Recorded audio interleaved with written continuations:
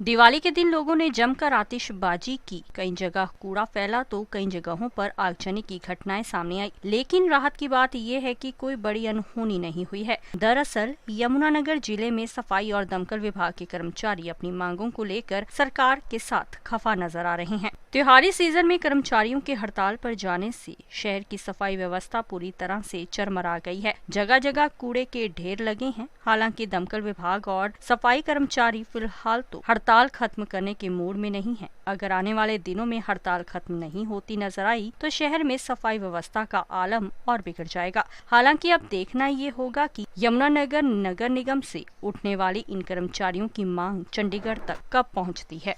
हाँ, बस मेरे कैमरे में देखना है।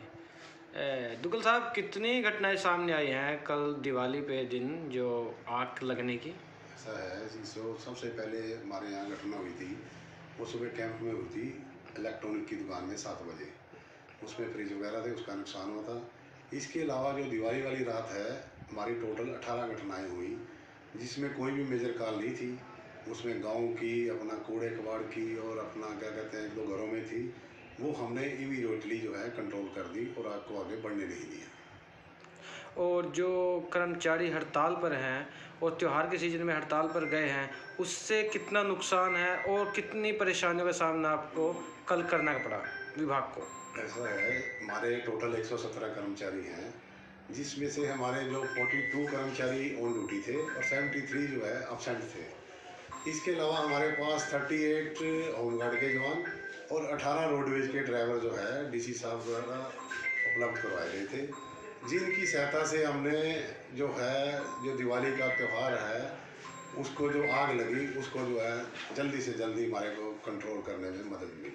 अगर इसके अलावा कोई मेजर कांड भी हो जाता तो हमारे पास इतना स्टाफ, इतना ड्राइवर था कि हम उसको इमीडिएटली कंट्रोल कर सकते हैं। तो दमकल कर्मचारियों की जो हड़ताल है वो आगे कितने दिन का आगे? इसके बारे में अभी तो इन्होंने 26 तक बताया है, आगे क्या जाएगी कि इसके बारे में वही बता सकते हैं। जो हड़ताल 19-20 से जो एक लेवल पे जो हड़ताल चली हुई है, ये बहुत दिनों की बातचीत हो चुकी कि वर्ष 2014 से जब से भाजपा सरकार आई तो इन्होंने अपने चुनावी घोषणा पत्र के अंदर ये कहा था कि जो ही हमारी सरकार सत्ता के अंदर आएगी हम एक पहली कलम से कच्चे कर्मचारी को पक्का करेंगे। लेकिन उसके उपरांत 5 साल बीत चुके, सरकार द्वारा कोई खबर नहीं ली गई।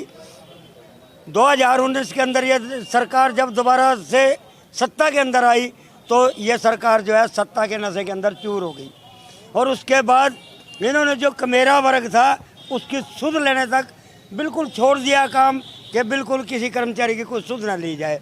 तो नगर पालिका कर्मचारी संघ हरियाणा राज्य प्रतिनिधि मंडल द्वारा कर्मचारियों की बहुत सी समस्याओं के लिए 21 सूत्रीय मांग पत्र प्रदेश की सरकार को भेजा गया।